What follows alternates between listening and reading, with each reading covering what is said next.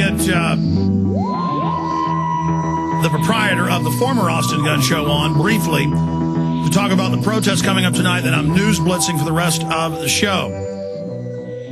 Naturalnews.com is the powerful website of our guest, the health ranger, Mike Adams. Mike, let's go to phone calls. Let's go ahead. And by the way, I have a Wall Street Journal article here about poison and progress, about secret poisoning of the food supply, but they say Al-Qaeda will do it, and that they'll do it with slow-kill weapons. Jaron just printed this off for me. The government are the terrorists, folks. They're the ones poisoning you. Okay, let's go ahead and talk to Daryl in Texas. Daryl, you're on the air. Hello, appreciate y'all. I have a question about nutrition. I have so many questions to ask, but I think the one that I want to ask most is about nutrition, and that is there are many superfoods, multivitamins, smoothies, and that sort of thing that are on the market. What is your advice for someone who is, as a pharmacist, I'm semi-educated about the body and that sort of thing, but if I'm going to set out to find the best way to, like a reference or something that I can go to, should someone be doing more, like if you're taking a multivitamin and you're incorporating vegetables in every meal, how much more do you need? Do you need the superfoods? What is Mike's going to tell you eat raw foods, but Mike, tell him. Well, no, I'm not a total raw foodist myself, but I do eat some portion raw at every meal for a number of reasons. But, you got to realize that, number one, our food supply is depleted of nutrients. Even if it's fresh produce right out of the garden, most of the soils are depleted, so we're not getting the minerals that we get. And the processed food, of course, is, complete garbage. Minerals are key, aren't they? Well, absolutely, and trace minerals like selenium are very important for things like cancer prevention. But in terms of going, how do you decide that you have a quality source? Well, you got to do your research, because even though I'm as much an advocate of vitamins and nutritional supplements, there are bad vitamins and there are good vitamins, because some of the vitamins are made by the drug companies and they're just full of chemicals. And you got to know the difference. Yeah, they make synthetic chemical copies from the extra petrochemical effluvium they have, and it's incredibly toxic. Yeah, you wouldn't believe where some of this stuff comes from, like petrochemical byproducts. Well, here's a quick example. Here's a quick example for people that don't believe me. Every time I see somebody drinking a Diet Coke, I say, that's genetically engineered E. coli feces. I mean, that's what aspartame is bacteria feces, and people just can't believe that. Go ahead, Mike. No, well, you're right. It's a good, different point of view on where that stuff really comes from. But yeah, there are good quality supplements out there, bad quality. For example, if you're trying to look at a vitamin and you want to know if it's good quality, if it's a multi, look at the form of the vitamin B12 that's in the bottle. If it's cyanocobalamin, that's like a cyanide molecule, a cyano is the prefix, then it's the cheap and, in my opinion, the unhealthy version of vitamin B12, and that's what you find in most supplements. The healthy version is typically called methylcobalamin, methyl, and that is a methylated version of that molecule that's more absorbable by your body. That's just one small example, but there are many others that you can learn. All right, Daryl, by doing some research. Hope that answers your question. Andrew in Maine, you're on the air with Mike Adams. Hello? Yes. Hello. It's a great show, Alex. Thank you. And Mike's articles are really great. I really feel vindicated hearing how he has exposed the flu scam.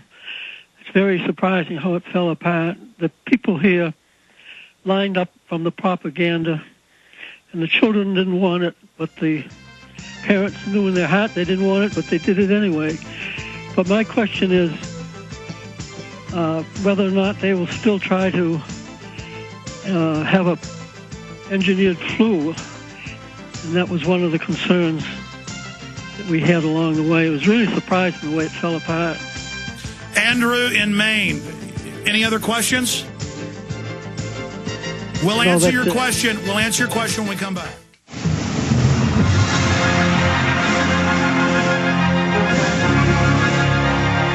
We are now into hour number 4. Mike Adams is our guest. Naturalnews.com. I'm Alex Jones of Infowars.com and PrisonPlanet.com. I meant to get to that question earlier. Obama last year signed an executive order preparing for basically martial law under biological attack. Ties into the John Warner Defense Authorization Act. PDD 51 and others. Clearly, they're eyeing that as a possible next false flag, and the bigger flu scare was just a drill. Mike Adams, they clearly are trying to set the precedent to forcibly inoculate us. Your comments on a stage-release flu. This one, we have government documents where they admitted they were going to release a flu simulant of H1N1 a year before they did it. So it looks like this was all a test. Go ahead. Yeah, one of the theories is that this actually was the attempt to distribute a real killer pandemic, and it failed on them. The scientists who were engineering this virus weren't able to get it to mutate in the wild the way they wanted it to. That's just one theory. I don't know for sure if that's true or not. Another theory is that it was just kind of a dry run for the big one that's coming, because we know that there are, for example, military labs and U.S. government labs where they work on these as weapons of war. I mean, that's not BioShield, right? but BioShield, but I mean, it came out that they were developing an H1N1, quote, flu virus simulant to test spread, and there have been a bunch of top scientists say this was clearly made in a lab. I mean, that's mainstream news. Well, yeah, very clearly. That simulant that you talked about was put out there to try to test the effectiveness of the vaccines against it, if I remember correctly. Yes. They had structured that. And but the simulant was a weakened H1N1. Yeah, exactly. If you look at the history, and I know you know this very well, but your listeners, this may be new information to them, but the history of the U.S. military testing bioweapons on civilians in the United States is a very long and detailed history. I mean, it goes way back, and they would gas, or they would release biological agents on entire cities. They would inject people with agents without their knowledge. And New York subway, nerve gassing our own troops, radiating foster children. Right. So they're capable of this, Alex. They're capable of releasing a very dangerous, very deadly virus. But people should understand this. The most dangerous virus in terms of a pandemic is not the one that kills you right away. It's the virus that you can carry without symptoms and pass on to other people for 7 to 14 days without anybody knowing that it's being spread. And that's usually a low mortality virus, which is exactly what H1N1 was, a low mortality virus.